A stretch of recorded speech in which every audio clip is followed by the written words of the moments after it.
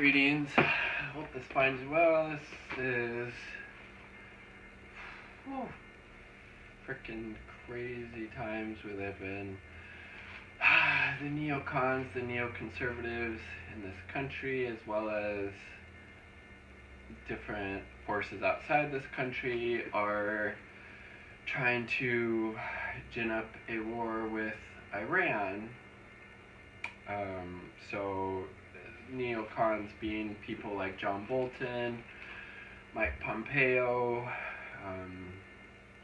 people of that nature, of that ilk, of the kind of establishment in this country, as well as forces outside of it, like the Saudi Arabian government, the Israeli government as well, for some very strange reasons, because the United States under the Trump administration left the Iran nuclear deal, even though since it was implemented, Iran has been following that plan to the T. They have been in compliance with all of it. It's the Iran nuclear deal was the most comprehensive deal within the non-proliferation treaty. This is based on reports by the IAEA, the International Atomic Energy Agency. They were in full compliance. This deal was approved by the U.S. Security Council. The U.S. was the one who violated it. So the U.S. is trying to punish other UN Security Council members, I should say, for actually following the deal. So they were, the Trump administration recently lifted the exemption for these other countries from, purchasing the oil that Iran was exporting. But why? Iran's been in full compliance with the deal, so, Iran has been patient, implementing the deal with not getting any benefit from it, basically implementing it unilaterally and seeing no gain from that. And then the U.S. also put sanctions on Iran not to export enriched uranium to Russia when they reached a certain limit, or heavy water, I think that's a byproduct of the enrichment process, to Oman. So basically that would just, through that alone, that would automatically make Iran not be in compliance with the deal, even though that was part of it. As well as the sanctions that the U.S. has placed on Iran, basically, just the same thing that they did in Venezuela to try to punish the people, to foment regime change within the country. It's really punishing the Iranian people. They aren't able to import medicine or food. Iran even recently offered, a prisoner exchange between the United States and Iran. The Trump administration declined that. If they're so, interested in humanitarian aid and, making the world a better place, as they claim, this is about, protecting people and regional interests, why would you not accept that prisoner exchange? That doesn't make sense.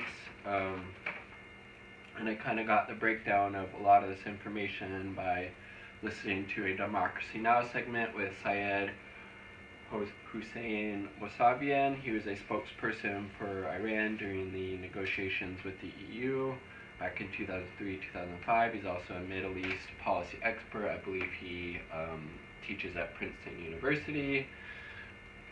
Additionally, not too long ago, the U.S. sent the Abraham Lincoln Strike Group to the region, as well as the Pentagon recently drew up a plan to send 120,000 troops to the region, as well as the supposed attack on these oil tankers in the region. So again, it's just a bunch of bullshit, like the lead up to the Iraq War, where they supposedly had weapons of mass destruction, and yet hundreds of thousands of dead Iraqi men, women, and children later, as well as, thousands of U.S. soldiers who died and trillions of dollars wasted on that. These same lies and propaganda are trying to be used to get us into war with Iran, and for what reason?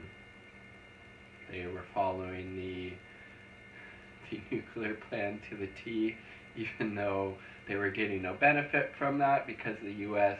under the Bush administration, I should say the Trump administration, wasn't following their part of the deal. And like I said earlier, they were actually punishing other members of the Security Council for following the deal and purchasing, that exported oil from Iran. And then so Iran recently announced that they would start their enrichment process again, and like I can't blame them. Like, what would you do when you're doing everything that you can? You're following this deal that went through the United Nations that the U.S. signed. The U.S. backs out of it and starts, attacking all these other countries for adhering to the deal. Oh, it's crazy times we live in, that we have these insane people at these levels of power that are capable of literally causing the total destruction, of our planet, as well as, countless, thousands or hundreds of thousands of lives if this type of policy, was completed to its conclusion, which is they're wanting us to go to war with Iran, and really for what? Probably for their oil, for their resources. The only reason, he's shedding a lot. The only reason that Iran, just like North Korea wants a nuclear program, was from protection from the United States government, as well as, those other outside forces I mentioned, like Saudi Arabia, Israel. I'm sure there's others as well. So it's like, okay, we don't want them to have nuclear arms or even nuclear energy. Then why should we have that? As we have shown in the past that we are incapable of making sane or rational judgments when it comes to waging war on other countries. So it's fucking nuts, man. It's fucking nuts that we have, like I said, we have these people in positions of power that are just fucking insane lunatics that are, have pushed for these types of policies for forever. This is something that John Bolton has wanted for probably decades, honestly, and it looks like he's kind of close to getting his way. And another war in that region would just further destabilize everything. And I think Iran has the support of Russia, another nuclear-armed country, and when push comes to shove, and what's going to happen there? There's going to be lots of dead people, lots of the environment's going to be destructed, all for what? To foment some type of regime change so the United States can install some puppet in that country like they're trying to do in Venezuela and Juan Guaido, because we don't agree, with how that country's run, or, their leadership. The United States government needs to fucking mind their own business and stay out of these places, because they always do more harm than good, and their motives are never pure. It's always for these, like I said, to foment regime change, to install these puppet dictators who will bend at the will of the, United States corporate interests, whatever it may be at that time. And it's just, and our tax dollars go to pay for this stuff. So it's like, that's one thing I appreciate about the book Radical Simplicity. Like, the less money you make, the less money you're going to be giving to the United States war machine. But and then like that commentator Syed Hossein Mousavi was saying that Bolton and the Neo Cons are basically pushing Trump to go to war with Iran. I don't necessarily think he wants that, but I also think that one of the reasons he got out of the Iran nuclear deal was because that was seen as a success of the Obama administration, and Trump, just wanted to get rid of it for that fact alone. Because, like I said, Iran's been in full compliance with that deal since it was implemented several years ago, but the United States hasn't followed their lead on that, and is, like I said, is trying to punish all these other countries who were. So it's just nuts. I really hope this doesn't happen, because it's going to be really bad for the people of Iran, as well as just that whole region of the Middle East will just be thrown into turmoil once more because of our horrible foreign policy decisions, and because of neocons, like they did with Iraq, like they did in Libya, like they're trying to do now in Iran. So really hope it doesn't come to that. That's why we really need to speak out about these really messed up things when they are about to happen, or where we will that was a jumble of words there, or we will end up living with the consequences, like in Iraq, hundreds of thousands of dead Iraqi civilians, as well as thousands of dead U.S. Military members, the destruction of the environment, the waste of the trillions of dollars in that region. I mean, that the Iraq War created ISIS, for God's sake. So, and even Afghanistan, like the Taliban controls 50% of that country right now, and yet supposedly we went there to get rid of the Taliban, and yet they're probably just as strong as they were when that war began back in September 2001. So the answer is never